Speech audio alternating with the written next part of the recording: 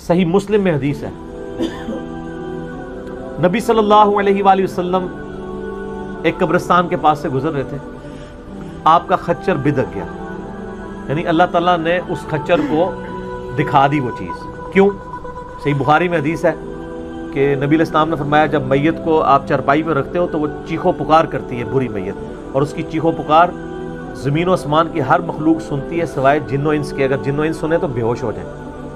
اور اللہ تعالیٰ کبھی کبھار یہ چیزیں دکھا دیتا تھا نبی کی موجودگی میں۔ خچر ظاہر ہے چونکہ جن و انس میں نہیں آتا، اللہ نے اس کو وہ عذاب دکھایا۔ نبی علیہ السلام چونکہ اللہ کے پیغمبر ہیں، ان کو وحی کے ذریعے وہ چیز دکھا دی گئی۔ آپ علیہ السلام کھڑے ہو گئے، آپ نے فرمایا یہ قبریں کن کی ہیں؟ تو بتایا گیا اس زمانے جاہلیت میں کچھ مشرکین ہیں، ان کی قبریں ہیں۔ تو آپ نے فرمایا ان کو تو عذاب ہو رہا ہے، صحابہ کو تو نظر ہی نہیں آیا۔ پھر آپ نے فرمایا میں نے ارادہ کیا کہ میں تمہیں یہ عذاب قبر سنوا دوں اللہ سے دعا کر کے، لیکن مجھے خطرہ ہوا تم اپنے مردے دفنانا چھوڑ دو۔ ابو بکر، عمر، عثمان و علی رضی اللہ عنہم اجمعین وعلیہم السلام اجمعین کو تو عذاب قبر سنائی بھی نہیں دیتا، جبکہ نبی بھی موجود ہیں، اور نبی علیہ السلام فرما رہے ہیں میں دعا کروں تو سنوا سکتا ہوں، دکھانے والی بات نہیں۔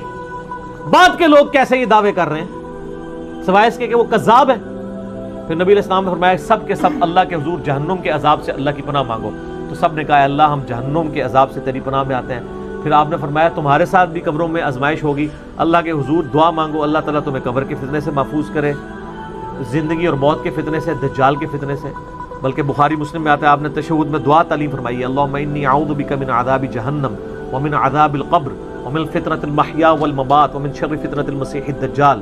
4 چیزوں کے اگینسٹ اللہ کی پناہ طلب کرو، نبی علیہ السلام نے فرمایا، عذاب جہنم، عذاب قبر، زندگی اور موت کے فتنے، اور دجال کے فتنے سے۔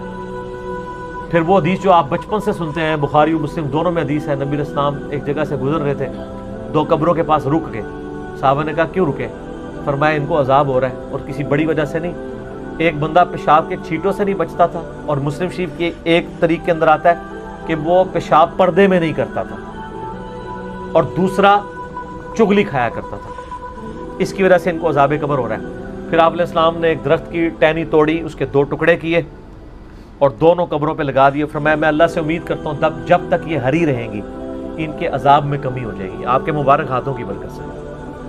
یہ آپ کے ہاتھوں کی برکت ہے، ہماری ٹہنیاں لگانے سے کچھ نہیں ہونا، لگائیں ضرور، سنت ہے، لیکن جو عذاب کی تخفیف کی گارنٹی ہے وہ نبی علیہ السلام کے مبارک ہاتھوں میں۔ کیوں؟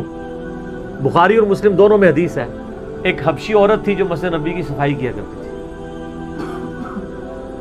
ایک دن فوت ہو گئی، صحابہ کرام نے راتوں رات اس کو دفنا دیا جنازہ پڑھ کے۔ کچھ دن بعد آپ علیہ السلام نے پوچھا کہ وہ ایک حبشی عورت ادھر آتی تھی، میں دیکھ نہیں رہا مسجد میں۔ کسی نے نہیں کہا یا رسول اللہ آپ کو تو علم غیب ہے، آپ کو تو پتہ ہی ہوگا کہ وہ کدھر ہے۔ ہائے ہائے ہائے، اس زمانے میں یہ والا علم غیب نہیں ہوا کرتا تھا، اس زمانے میں علم غیب یہ ہوا کرتا تھا کہ جو اللہ بتاتا ہے وہ پتہ ہے، جو نہیں بتاتا نہیں پتا۔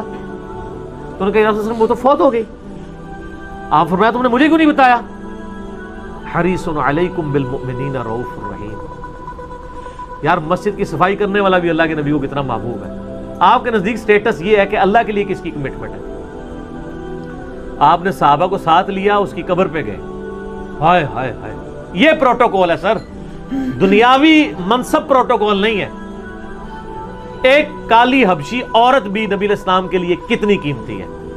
اور صحابہ کہتے ہیں قبر پہ گئے، ہم نے حضور علیہ السلام کو ان کی قبر بتائی، آپ قبر پہ کھڑے ہوئے، آپ علیہ السلام نے وہاں پہ نماز جنازہ اس کی قبر پہ جا کے پڑھی، اور پھر آپ صلی اللہ علیہ وآلہ وسلم جب پلٹے تو آپ نے فرمایا یہ قبریں اندھیروں میں ڈوبی ہوئی تھی، اللہ نے میرے جنازہ پڑھنے کی برکت سے انہیں نور سے بھر دیا۔